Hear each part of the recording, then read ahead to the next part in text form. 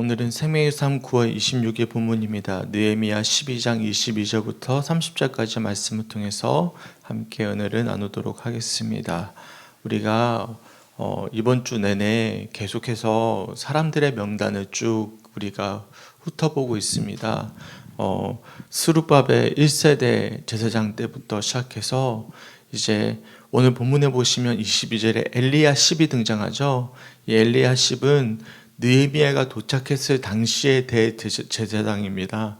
그러니까 현재 이르기까지 이제 제사장 명단이 쭉 이어지고 있음을 우리들이 알 수가 있습니다.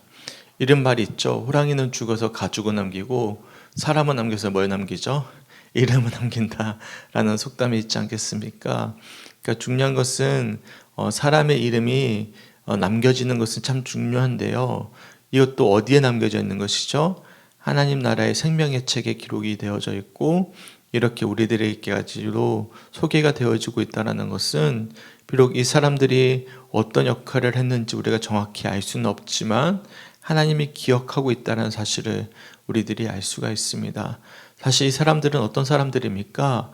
황폐해진 예루살렘으로 되돌아와서 무너진 성전을 세우고 그리고 오랫동안 황폐한 성전에서 끊임없이 예배를 드려왔던 제사장들과 레위인들의 명단인 것이죠.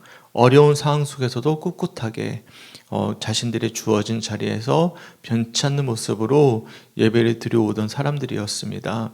어떻게 보면 우리와도 비슷한 것이죠. 무너진 교회가 다시금 세워지는 데 있어서 일조하고 있고 또한 새벽기도의 자리를 지키고 있는 우리 사랑하는 우리 장로님을 비롯해서 우리 성도님들의 이 헌신들은 누가 기억하고 있다는 것이죠.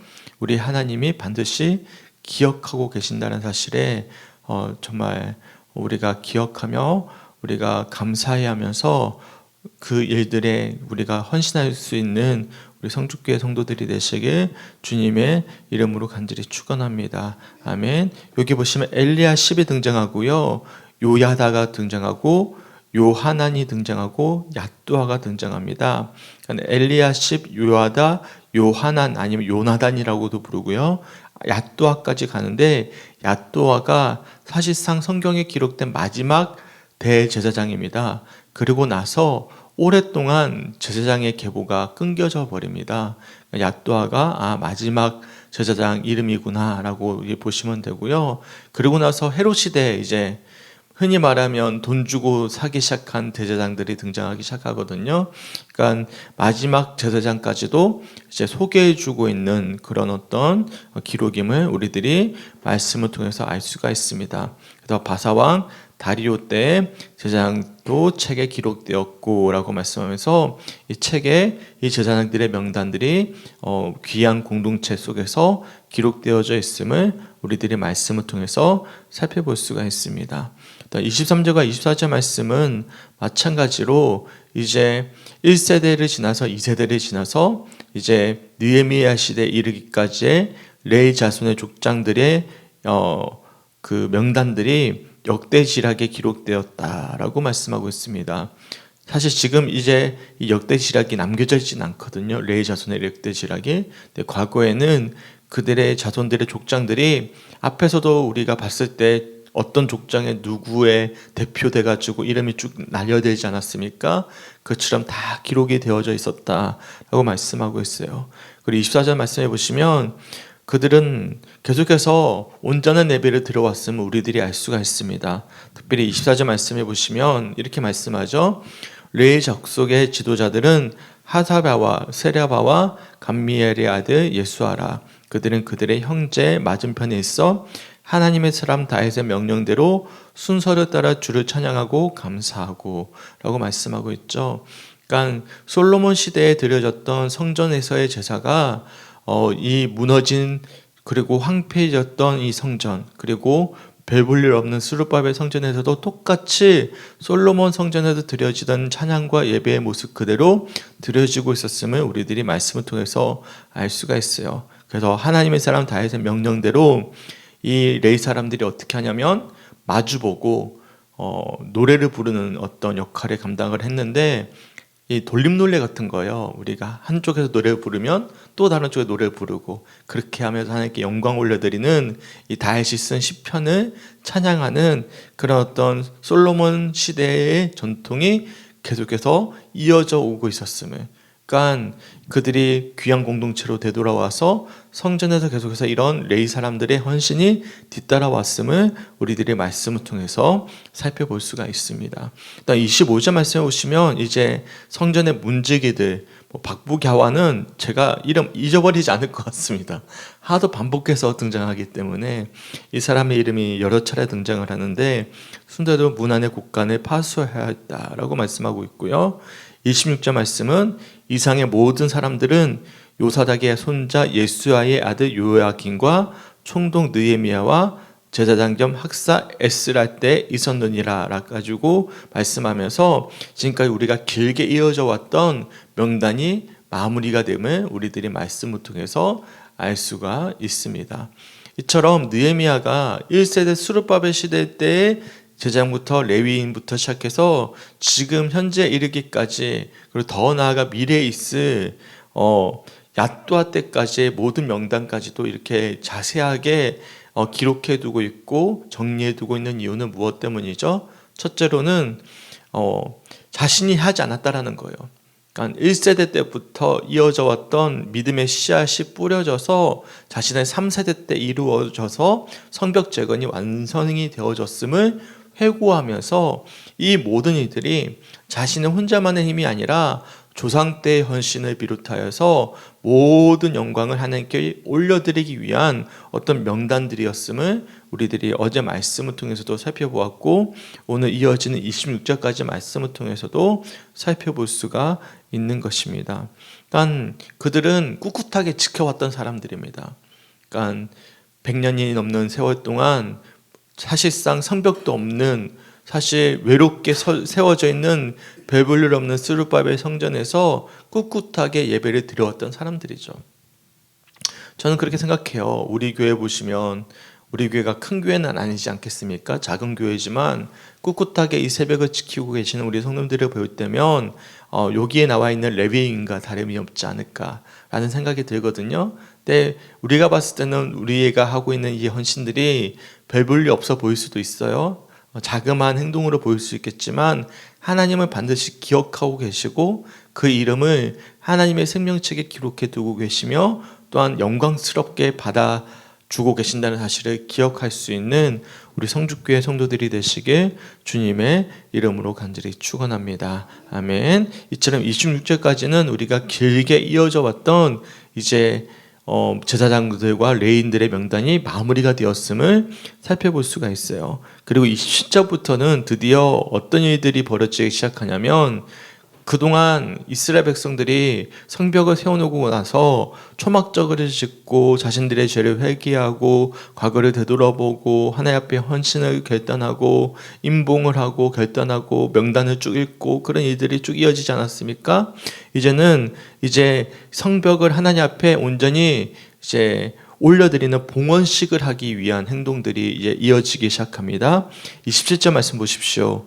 예루살렘 성벽을 봉헌하게 되니 각처에서 레위 사람들이 찾아 예루살렘으로 데려다가 감사하며 노래하며 재금을 치며 비파와 수금을 타며 즐거이 봉헌식을 행하려 하매라고 말씀하고 있죠. 이제 때가 된 거죠. 이제 대부분 모든 것들이 다 정리가 되어지고 과거의 명단까지도 다 정리가 되어지고 이제 모든 어떤 행사들, 어떤 정리해야 될 것들이 다 정리가 되어지고 마지막으로 우리가 뭘 하라죠? 교회도 짓고 나면 마지막에 다 봉헌식을 하지 않겠습니까? 헌당 예배를 하잖아요. 어떨 때 헌당 예배를 하죠? 모든 것들이 다 정리가 되어졌을 때, 그래서 빚까지도 다 청산이 되어졌을 때 보통은 헌당 예배를 하게 되거든요. 마찬가지로 이제 모든 것들이 다 정리가 되고 나서 이제 느헤미야가 성벽과 성전에 대한 봉헌식을 하나님께 드리고자 준비하는 모습들을 보게 됩니다. 이 레위 사람들은 각처로 흩어져 살던 사람들이잖아요. 각 지파별로 흩어져서 그들에게 복음을 가르치기도 하고 말씀을 가르치기도 하고 그리고 제사장을 도와서 여러 일들을 감당하는 사람들을 찾아다니는 거예요. 그리고 예루살렘으로 데려다가 그들에게 감사와 노래로 제금을 치며 비파와 수금을 타며 즐거이 봉헌식을 행하기 위해 준비하는 과정들을 말씀을 통해서 살펴볼 수가 있습니다. 또한 28절과 29절의 말씀을 보시면 노래하는 자들이 등장하죠. 이 노래하는 자들은 어떤 사람들이냐면 평소에 예루살렘 성전의 근처에 살면서 우리가 24절 말씀을 보시면 아까 전에 서로 마주보면서 찬양하면서 하나님의 사랑 다윗이 명령했던 대로 솔로몬 시대의 성전에 행했던 어떤 성전의 제사의 모습처럼 노래를 불렀다고 하지 않았습니까? 그들은 당연히 예루살렘 근처에 살 수밖에 없어요. 그 사람들을 또한 불러대는 모습들을 우리들이 말씀을 통해서 살펴볼 수가 있습니다.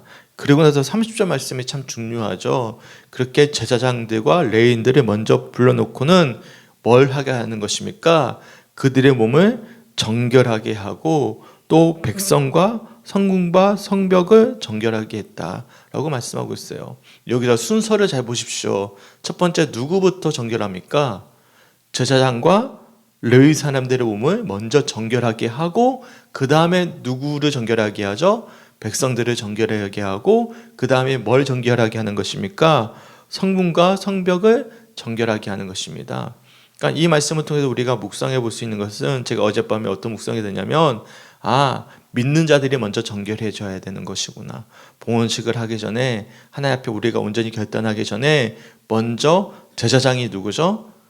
우리 모두잖아요. 사실상 지금으로 치면 목회자라고 이야기할 수도 있겠지만 저는 목회자가 아니라 왕 같은 제사장이신 예수님 이외에 우리는 모두 다 왕 같은 하나님의 백성으로서의 제사장의 직분을 감당하고 있기 때문에 우리는 모두 다 제사장과 레위 사람과 동일한 어떤 직분에 있지 않겠습니까?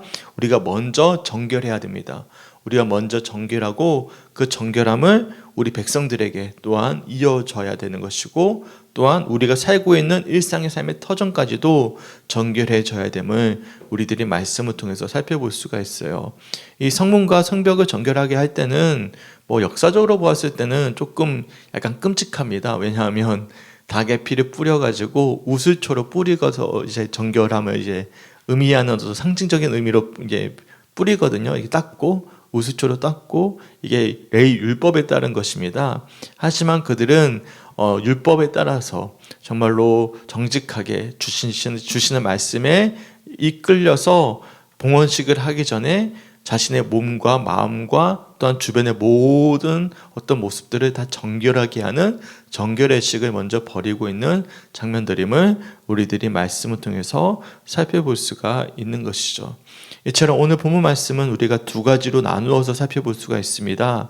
26절까지 이어지는 이 명단들을 통해서 하나님은 꿋꿋하게 자신의 일상의 삶의 터전에서 끊임없이 무너진 성전 또한 배별로 없는 스룹바벨 성전에서 끝없이 예배드리고 있는 그들의 헌신을 기억하고 계시고 그 이름이 하나님의 생명책에 기록되어져 있다는 사실, 이 사실이 우리 성주교회 성도들에게도 도전이 되셨으면 좋겠고 내가 하고 있는 이 헌신들이 헛되지 않는다라는 사실을 기억할 수 있는 우리 성주교회 성도들이 되었으면 좋겠습니다.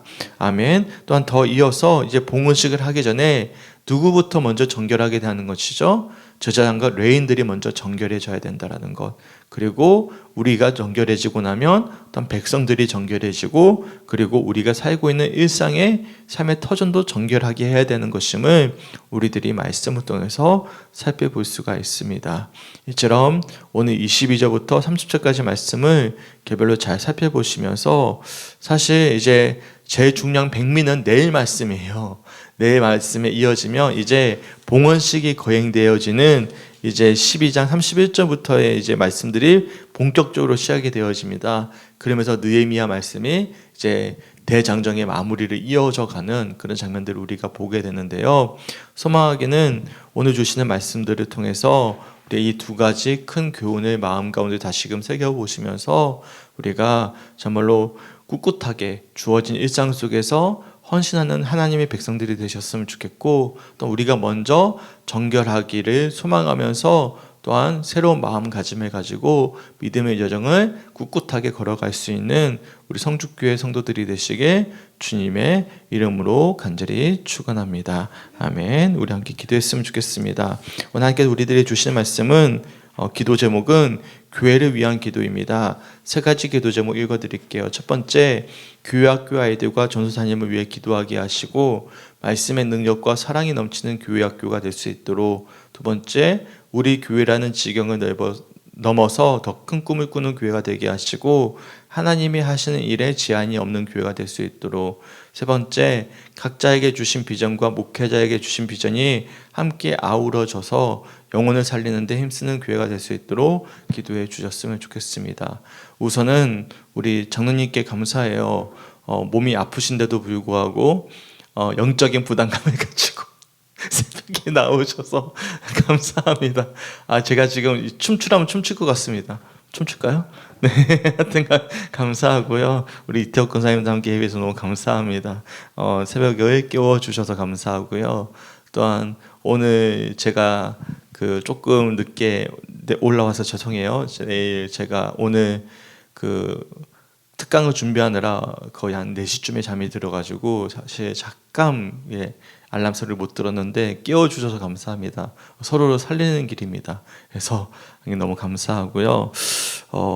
우리 교회 학교를 위해서 또한 기도해 주셨으면 좋겠습니다. 우리 전도사님이 보니까 오랫동안 사역을 쉬었잖아요. 2015년도 이전부터 사역을 쉬고 계셨기 때문에 감을 찾는데 조금 애를 먹고 계십니다. 그러니까 조금 기다려 주세요. 9월달, 10월달은 우리 전도사님이 감을 찾을 수 있도록 우리가 기억해 주시고, 근데 그 마음은 달라요. 마음은 벌써 막 뭔가를 하고 싶은데 지금 막 뭔가 잘 안 잡혀가지고 이제 정리를 하고 계신 것 같고, 또한 애정이 참 많아졌어요. 교회에 대한 애정 보시면 아실 거예요. 달라졌다라는 건. 우리 전도사님을 위해서 기도해 주시고 전도사님의 가정도 살리고 우리 교회도 살리고 아이들도 살리는 그런 귀한 사역이 될 수 있도록 교회 학교를 위해서 기도해 주시길 부탁드리겠습니다. 아멘. 두 번째로는 우리 교회라는 지경을 넓어서 더 큰 꿈을 꾸는 교회가 될 수 있도록. 저는 2025년에는 이제 비전이 분명합니다. 부흥입니다. 그러니까 24년에는 우리가 버티는 거였어요. 그러니까 정착하는 것이 우선이었습니다. 2003년도에는 새로운 분들이 오는 해였고 2024년도에는 새로운 분들이 정착하는 해였습니다. 정착하는 과정 가운데 애를 먹기도 했죠. 서로 갈등도 있기도 했고 어려움도 있기도 했고 여러 가지로 우리의 영적인 시험들이 참 많지 않았습니까? 2025년에는 기대하시기 바랍니다. 하나님께서 아마 우리가 다 정착을 했기 때문에 부흥하도록 역사하실 것임을 저는 기대하고 있습니다. 우리가 그것을 꿈꾸면서 저는 이제 목회 계획을 세우고 있는데 우리 열심을 다해서 함께 할 때 지경이 넓어질 거예요. 보통 벌써 부흥한 것은 있습니다. 재정은 부흥했습니다. 재정은 부흥을 해서 아마 우리 교회 처음으로 이제 1000 단위로 아마 세이브가 될 것 같아요. 돈이 재정이 이제 한 번도 우리가 재정이 남겨진 적이 없었는데 제가 이제 재정을 보다 보니까 벌써 이제 건축 제작에 많은 돈들이 지금 세이브가 되어지고 있거든요. 그것은 내년에 하나님께서 사용하시라고 주시는 하나님의 헌신인 것 같습니다. 이것들을 다 우리가 잘 정리해서 우리가 내년에 더 아름답게 사용되어지는데 헌신할 수 있는 우리 성축교회 성도들이 되었으면 좋겠고, 헌신해 주시는 우리 모든 성축교회 성도들에게 너무나 감사합니다. 우리 소속되어져 있는 가정 중에 11조를 안 하는 분들이 거의 안 계세요.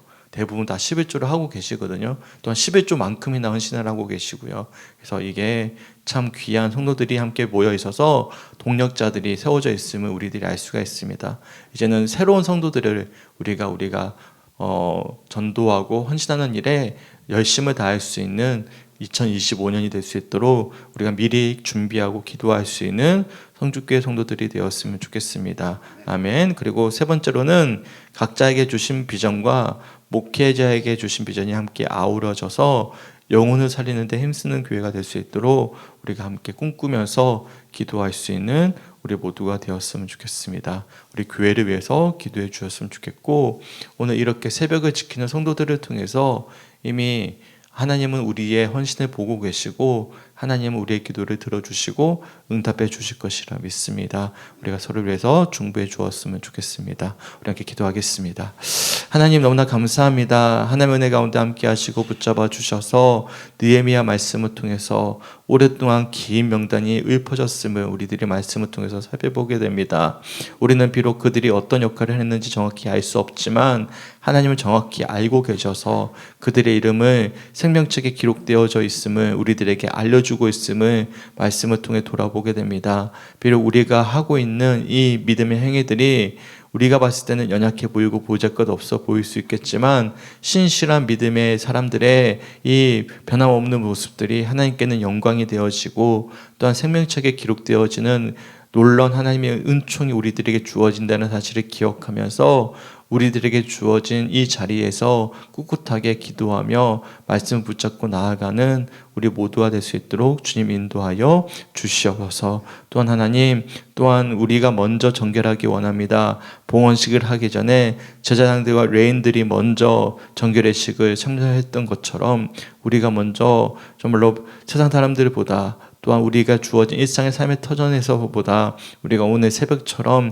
정결한 예식을 통해서 하나님 앞에 정직하게 나아가는 우리 성축교회 성도들이 될 수 있도록 인도하여 주시옵소서. 특별히 우리 교회를 위해 기도하기 원합니다. 오늘 있을 목회자의 외부 사역을 위해서도 기도할 수 있도록 인도하여 주시고 더 나아가서 우리 전도사님을 세워주셨습니다. 전도사님을 통해서 교회 학교가 성장하고 부흥할 수 있도록 인도하시고 정착할 수 있도록 주님 축복하여 주시옵소서. 또한 간절히 기도하고 있는 우리 교회에 정말로 귀한 성도들을 보내주셔서 헌신하게 하심에 너무나 감사합니다. 하나님, 우리에게 주어진 이 귀한 축복들을 2025년에는 아름답게 사용되어지고 또한 부흥하는 데 역사하는 데 또한 아름답게 사용되어지는 은혜가 있게 하여 주셔서 우리 교회가 앞으로 더욱더 하나님 보시기에 아름다운 교회로 세워져 갈 수 있도록 귀하게 헌신할 수 있도록 주님 축복하여 주시옵소서. 또한 각자에게 주신 비전과 목회자의 비전이 아우러져서